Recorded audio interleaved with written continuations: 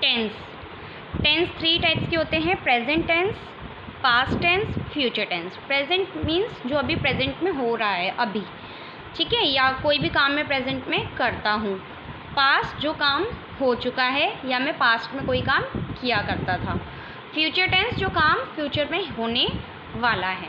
सबसे पहले हम पढ़ेंगे प्रेजेंट टेंस। प्रेजेंट टेंस भी 4 टाइप्स के होते हैं। First one is present simple, जिसे हम प्रेजेंट इंडेफिनिट भी बोलते हैं। Second is present continuous, third one is present perfect and fourth one is present perfect continuous. तो सबसे पहले हम स्टडी करेंगे प्रेजेंट इंडेफिनिट यानी सिंपल प्रेजेंट टेंस के ऊपर। इसकी पहचान होती है ता ती ते। लाइक एक एग्जाम्पल ले लेते हैं, राम स्कूल जाता है, मछली जल में रहती है, मैं रोज़ सुबह जल्दी उठता हूँ, मैं ब्रश करता हूँ। इस टाइप के जो सेंटेंस होते हैं वो किसके अंदर आते हैं? सिंपल प्रेजेंट टेंस, जिसे हम प्रेजेंट इंडेफिनिट भी बोलते हैं।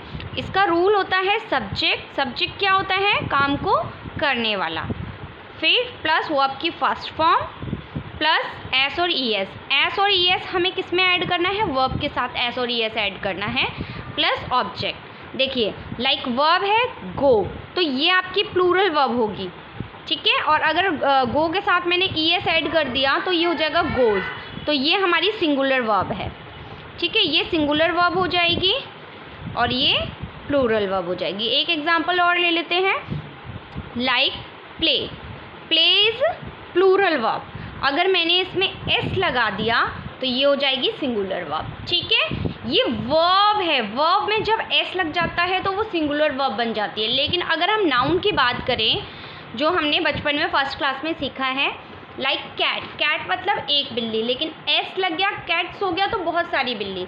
नाउन में एस लग रहा है इट मीन्स प्लूरल, लेकिन वर्ब में एस या ई एस लग रहा है इट मीन्स सिंगुलर, ठीक है। तो यही हमारा रूल कहता है, अगर सिंगुलर सब्जेक्ट है तो हमें उसके साथ सिंगुलर वर्ब का ही यूज़ करना है, लाइक एस और ई एस वाली वर्ब का ही यूज़ करना है। सिंगुलर सब्जेक्ट कौन से होते हैं?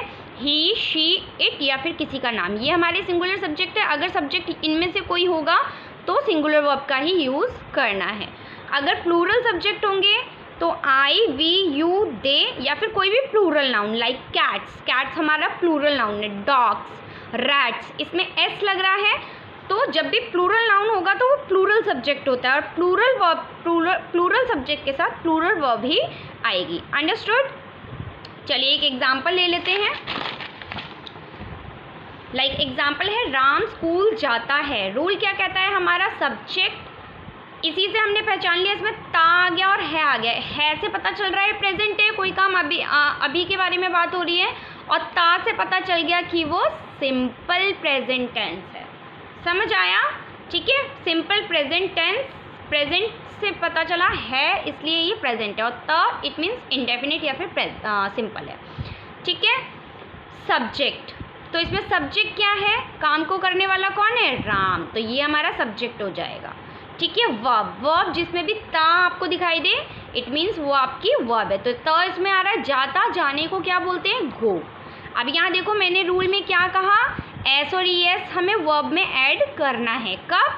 जब आपका सिंगुलर सब्जेक्ट होगा। तो राम सिंगुलर सब्जेक्ट है, सिंगुलर सब्जेक्ट के साथ singular verb, then object. Ram कहाँ जाता है? स्कूल, तो ये ऑब्जेक्ट हो जाएगा, Ram goes to the school.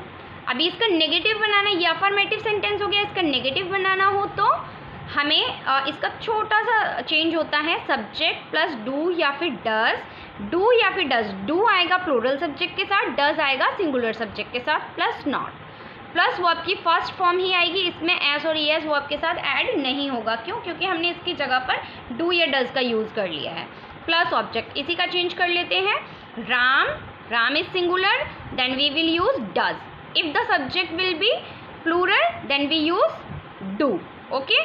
Here we have singular subject, so Ram does not. अब इसमें क्या आ जाएगा? गो, गोज नहीं आएगा, क्या आएगा? गो। क्यों? क्योंकि हमने यहाँ पे डज का यूज़ कर लिया, गो टू द स्कूल। ये हो गया नेगेटिव। इसी का इंटेरोगेटिव बनाना हो यानी क्वेश्चन पूछना हो, ठीक है, जैसे हिंदी में बोलें तो हम, क्या राम स्कूल जाता है? तो इसका रूल होता है डू या डज सबसे पहले आ जाएगा, वही सेम, डू प्लूरल सब्जेक्ट के साथ और डज सिंगुलर सब्जेक्ट के साथ। बस इंटेरोगेटिव है तो डू डज पहले आ जाएगा, ठीक है। Do does plus subject plus verb की फर्स्ट फॉर्म प्लस ऑब्जेक्ट। इसमें भी वर्ब के साथ एस और ईएस ऐड नहीं होगा। ऐसा सिर्फ किस में होता है? अफर्मेटिव में। नेगेटिव और इंटेरोगेटिव में हम वर्ब की फर्स्ट फॉर्म के साथ एस और ईएस ऐड नहीं करते प्लस ऑब्जेक्ट। इसी का चेंज कर लेते हैं। इसका मतलब था Ram goes to the school, Ram school जाता है। अब इंटेरोगेटिव बनाना, क्या राम स्कूल जाता है? तो does Ram go to the school, question mark. ठीक है, क्वेश्चन मार्क, क्योंकि क्वेश्चन पूछ रहा है ना क्या राम स्कूल जाता है। ठीक है, अभी कुछ सेंटेंसेस मैंने दिए हुए हैं, तो आपको इसको ट्रांसलेट करके कमेंट बॉक्स में कमेंट करना है। ओके, लाइक फर्स्ट क्वेश्चन, मछली जल में रहती है।